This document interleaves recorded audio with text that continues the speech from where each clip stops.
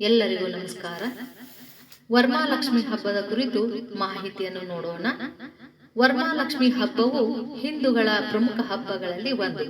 ಈ ದಿನ ಮನೆಯನ್ನು ಸ್ವಚ್ಛಗೊಳಿಸಿ ರಂಗೋಲಿ ಹಾಕಿ ಹೂವು ಮತ್ತು ತೋರಣದಿಂದ ಅಲಂಕರಿಸುತ್ತಾರೆ. ಕಲಶವನ್ನು ಸ್ಥಾಪಿಸಿ ಲಕ್ಷ್ಮೀ ದೇವಿಗೆ ಹೂವು, ಹಣ್ಣು, ಸಿಹಿ ತಿಂಡಿ, ಅರಿಶಿನ ಮತ್ತು ಕುಂಕುಮವನ್ನು ಅರ್ಪಿಸುತ್ತಾರೆ. ಹಾಗಾದರೆ ಲಕ್ಷ್ಮಿ ಎಲ್ಲಿಂದ ಹುಟ್ಟಿದವಳು, ಹೇಗೆ ಬಂದವಳು ಎನ್ನುವುದು ಪದ್ಮ ಪುರಾಣಗಳಲ್ಲಿ ಮತ್ತು ವಿಷ್ಣು ಪುರಾಣಗಳಲ್ಲಿ ಉಲ್ಲೇಖವಾಗಿದೆ. ಸಮುದ್ರ ಮಂಥನದ ಸಮಯದಲ್ಲಿ ಹಲವಾರು ವ್ಯಕ್ತಿಗಳು, ಹಲವಾರು ವಿಷಯಗಳು ಬರುವಂತಹದ್ದು. ಕಾಮಧೇನು, ಕಲ್ಪವೃಕ್ಷ, ಶಂಖ, ಐರಾವತ, ಹಾಲಾಹಲದ ನಂತರ ಅಮೃತ ಅವರ ಜೊತೆನೆ ಬಂದಿರುವಂತವಳು ವರಮಹಾಲಕ್ಷ್ಮಿ. ಕೈಲಾಸದಲ್ಲಿ ಪಾರ್ವತಿಯು ಪರಮೇಶ್ವರನ್ನು ಕೇಳುತ್ತಾಳೆ, ಸ್ತ್ರೀಯರಿಗೆ ಸಿರಿ ಸಂಪತ್ತು, ವೈಭೋಗ ಎಲ್ಲವೂ ಲಭಿಸಬೇಕೆಂದರೆ ಸ್ತ್ರೀಗೆ ಯಾವ ವ್ರತ, ಯಾವುದು ಶ್ರೇಷ್ಠವಾದ ವ್ರತ ಮಾಡಬೇಕು ಎಂದು ಕೇಳಿಕೊಳ್ಳುತ್ತಾಳೆ. ಚಾರುಮತಿ ಎಂಬ ವ್ಯಕ್ತಿಯ ಉದಾಹರಣೆಯ ಮೂಲಕ ಪಾರ್ವತಿಗೆ ಹೇಳುತ್ತಾನೆ. ಚಾರುಮತಿ ಎಂಬ ಒಬ್ಬಳು ಬ್ರಾಹ್ಮಣ ಸ್ತ್ರೀ ಇರುತ್ತಾಳೆ. ಅವಳು ತುಂಬಾ ಧಾರ್ಮಿಕವಾದಂತ ಒಬ್ಬ ಹೆಣ್ಣು ಮಗಳು.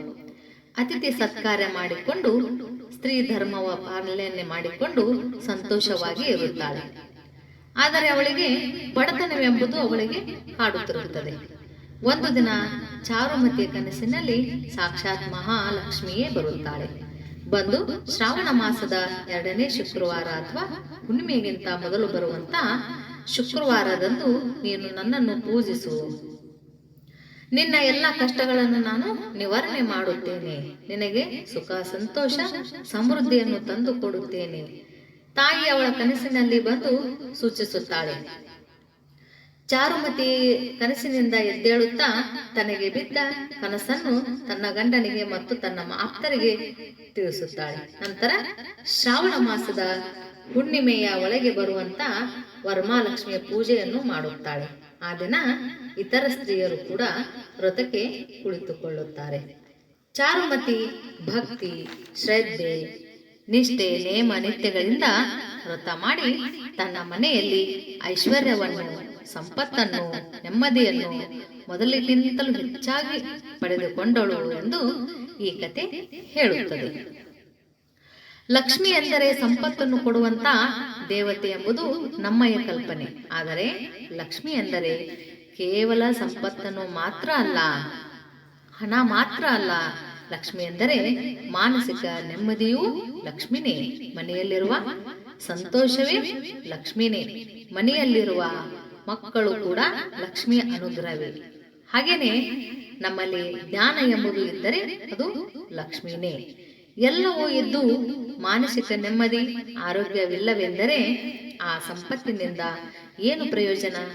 ಹಾಗಾಗಿ ಆರೋಗ್ಯ, ವಿದ್ಯೆ, ಬುದ್ಧಿ, ನೆಮ್ಮದಿ ಎಲ್ಲವನ್ನು ದೊರಕಿಸಿಕೊಡು ಎಂದು ತಾಯಿಯನ್ನು ಶ್ರದ್ಧೆಯಿಂದ ಮಾಡುವಂತ ಪ್ರಾರ್ಥನೆಯೇ ಈ ವ್ರತವೇ, ಅದು ವರಮಹಾಲಕ್ಷ್ಮಿಯ ವ್ರತ.